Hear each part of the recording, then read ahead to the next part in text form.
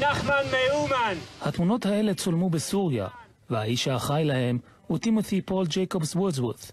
אני מדבר קצת עברית. יהודי, נכד לניצול שואה שהתנצר, וכיום נלחם נגד דאעש בסוריה. לחדשות 10 הוא מספר כיצד הוא נלחם עם הכורדים נגד דאעש. אני ראיתי הרבה מתים בצד הדאעש והרבה חברים כורדים. אני הייתי כמעט מת הרבה פעמים.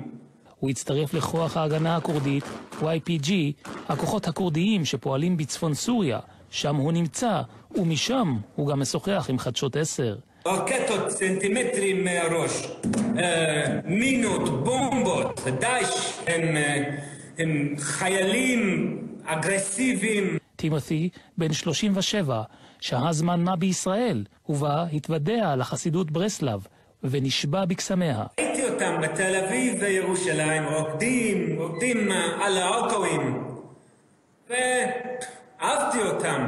לאחר שיסיים את מלחמתו בדאעש, טימותי מתכוון להגיש בקשה לעלייה לישראל. בעזרת השם אני אגיע.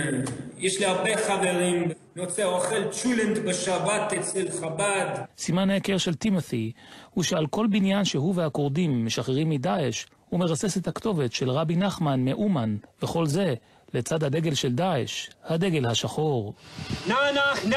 נחמן מאומן. כאן, בתמונות האלה, נראה טימותי בארץ דאעש, רק 50 קילומטרים מאל-רקה, בירת המדינה האסלאמית, וגם כאן, מרחק קצר מעריפות הראשיים ואונס, הוא כותב את הכתובת של רבי נחמן. מרגיש את האנרגיות השחורות שם.